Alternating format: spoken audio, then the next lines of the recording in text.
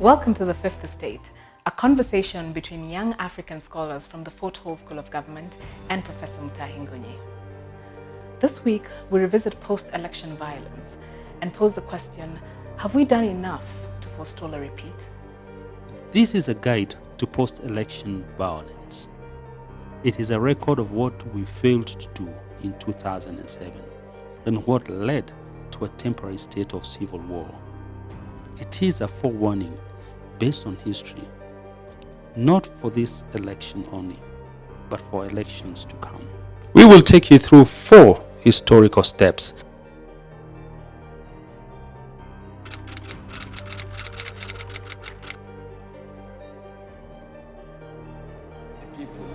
Never again should we shed blood because of elections in our country. Would you say that we were premature in our cessation of violence in 2008? How certain can we be that violence will not recur in future election seasons? Is it possible that we did not deal with the root causes of our conflict? Did we conclusively deal with the problem of exclusion and ethnic majoritarianism? The fundamental questions that got us into post-election violence were never resolved. And one of those particular issues, and JM, you have mentioned it, is a question of ethnic majoritarianism. That is the idea of having one group or 2 groups dominating over the rest of the 40 communities in the country. We never resolved that issue. In fact, what we ended up doing in the new constitution was to augment the dominance of the big ethnic communities. Beware of heavy vocabulary from Z. Daniel Arap Moi in this reading. Unfit for woolly braids. He says, I am greatly disturbed by the multi-party systems in Africa. For rather than promote patriotism, they refuel political ethnicism and factionalism. So this leads eventually to a multiplicity of ethnic, tribal-centered organizations. In this way, tribal domination by the ruling tribes over the disadvantaged opposing tribes becomes a pernicious threat to national security. And now, for the woolly heads in civil society, what Moi is trying to say is tribalism is bad because it is not good.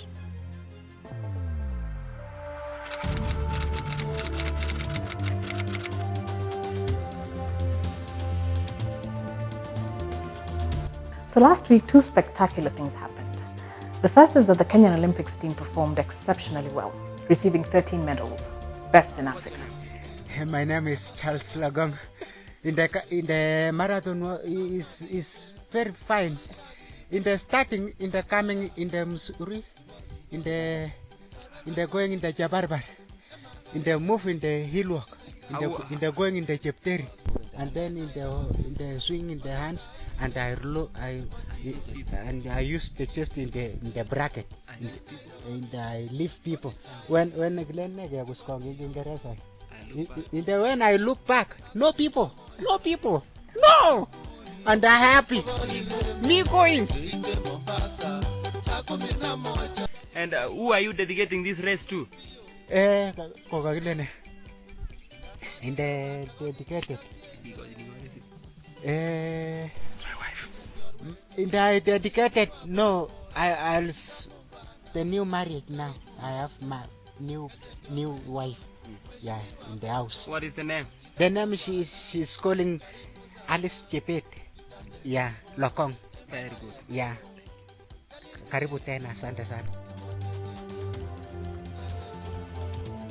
And the second is that Kenya hosted 35 African heads of state and government, the biggest number of African presidents congregating in one country away from the African Union ever.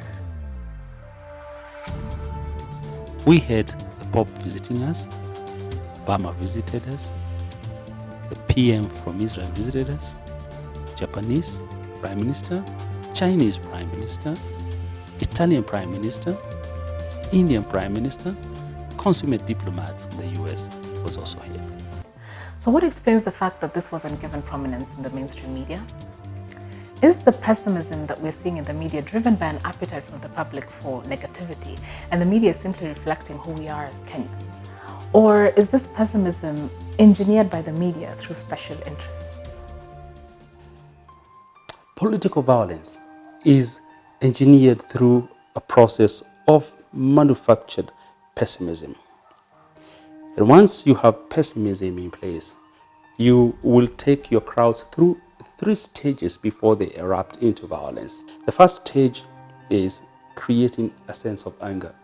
And you don't have to actually give people a reason why they should be angry. You just need to tell them that they are angry, and they will become angry.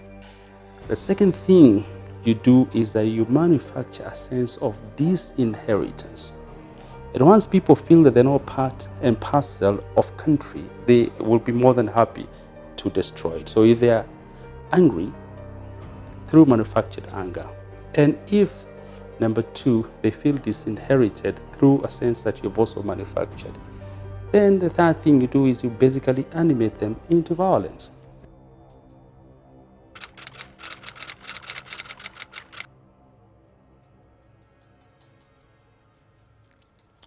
What pickpockets do to attract business is to put a sign reading, "Beware of pickpockets." Once you see this sign, you naturally touch the space where your wallet is located to make sure it is safe. And this way, they know exactly where the wallet is and they come for it. When you talk about corruption, this is exactly what our politicians do. Mbuta inameza ngege, simbuta inameza ngege. Kwa hivyo nimesema yeye Anne Waiguru ni aongoze, akae kando.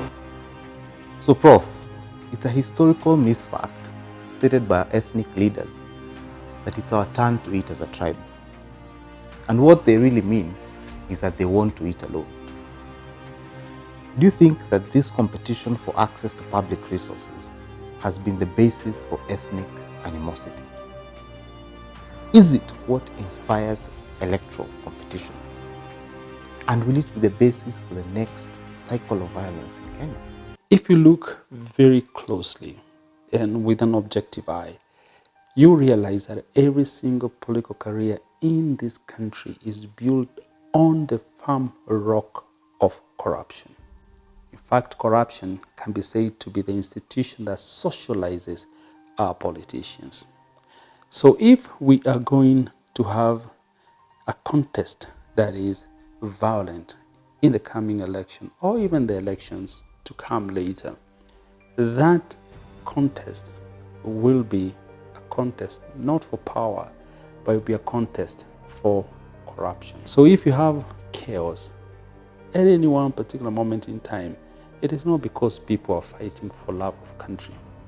People will be fighting for love of corruption, fighting for love of the fat of the land. They want to move in and control it.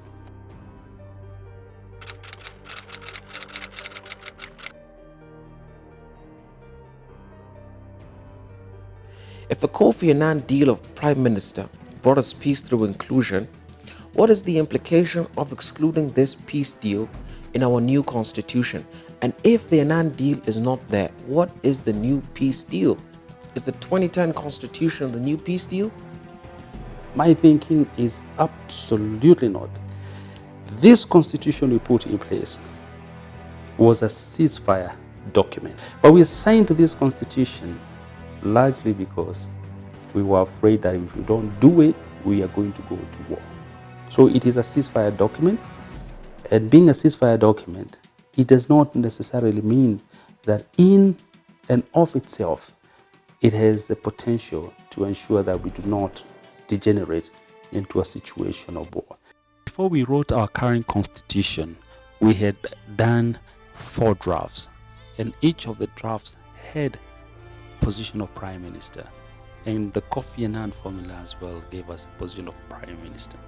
However, in the January 2010 draft written in Naivasha, that position of Prime Minister was finally removed, and that, in my view, was the original sin, that without it we cannot have a situation of consociational democracy.